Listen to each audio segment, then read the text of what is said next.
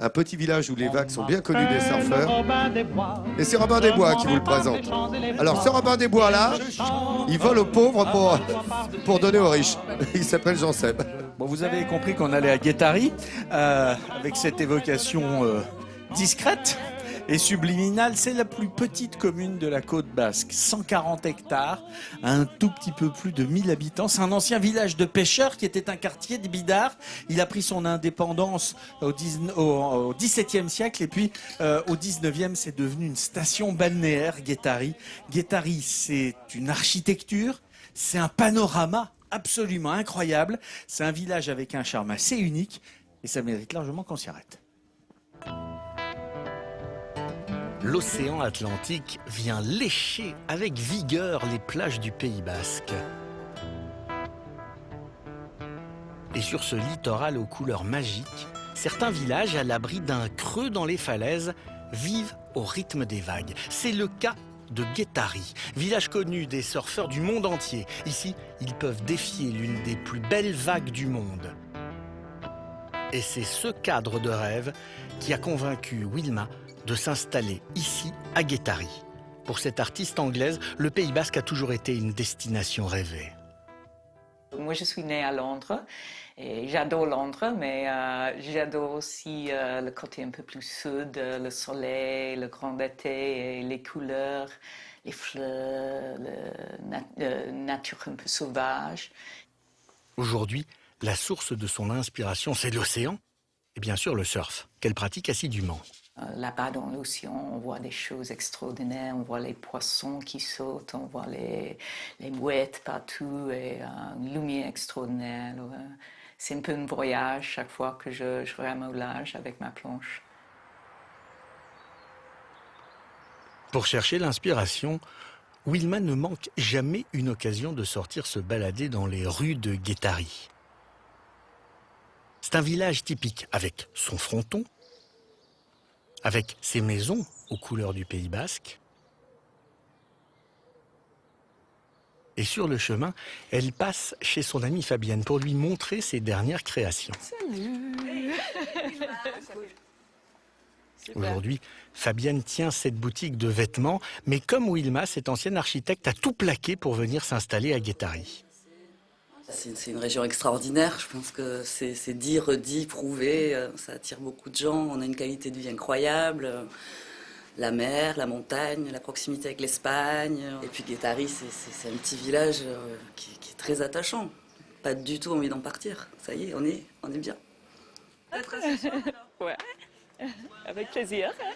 Et pour savourer à quel point vivre à Guétari est un bonheur, Wilma ne résiste pas à l'envie de passer prendre un café sur sa terrasse préférée. J'ai pas bien dormi, alors...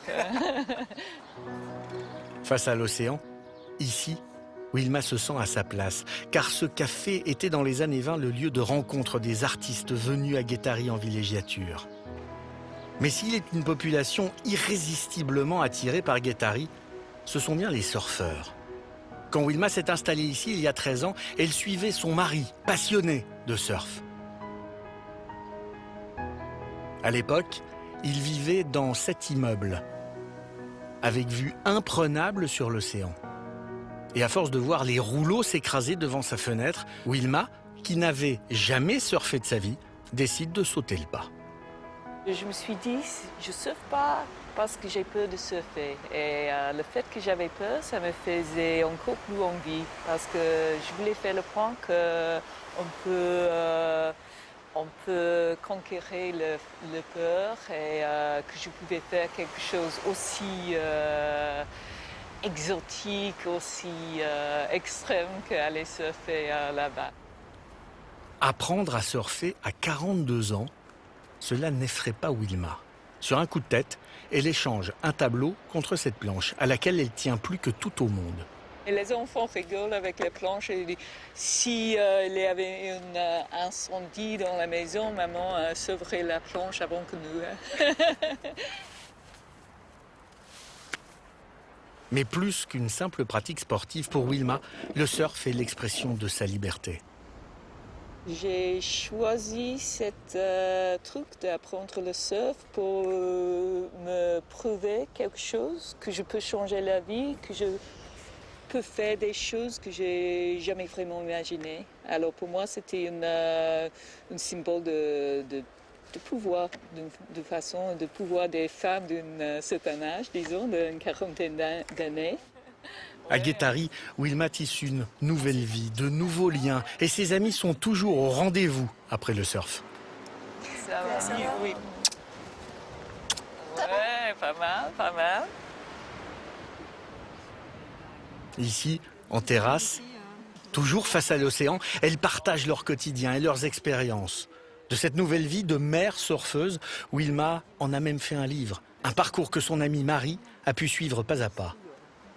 Moi, j'ai beaucoup aimé le livre de Wilma parce qu'en fait, j'ai commencé le surf avec elle et j'ai retrouvé énormément de choses que j'ai vécues aussi. Ça m'a beaucoup amusé de retrouver cet esprit et puis retrouver l'ambiance du pays, de la côte basque, retrouver toute cette chaleur, tout ce plaisir de se retrouver ensemble.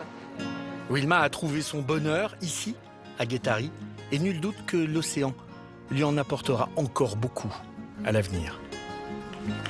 Alors c'est vrai que Guétari, c'est un point de vue sur l'océan absolument extraordinaire. C'est devenu très people depuis quelques années, Guétari. Et puis, Genre pardon Genre Frédéric Becbédé, Moustique, etc. Enfin, il y a plein de gens qui sont venus Moustique. habiter à Guétari. Et puis alors, justement, Guétari, Georges Guétari, ça n'a absolument rien à voir parce que Lambros Vourlou, c'est le vrai nom de Georges Guétari. Oui, absolument. Lambros Il Vourlou. était né en 1915 à Pont-Loup. Alexandrie. Il est né à Pont-Loup. Non, il est à Alexandrie, Ah, oui, surtout. d'accord. Et l'anecdote, c'est que son seul rival pendant toute sa carrière, ça a été Luis Mariano, à Georges Guétari, qui, lui, pour le coup, est un vrai basque et il est enterré à Arkang. Et voilà. De Guétari. Merci, professeur.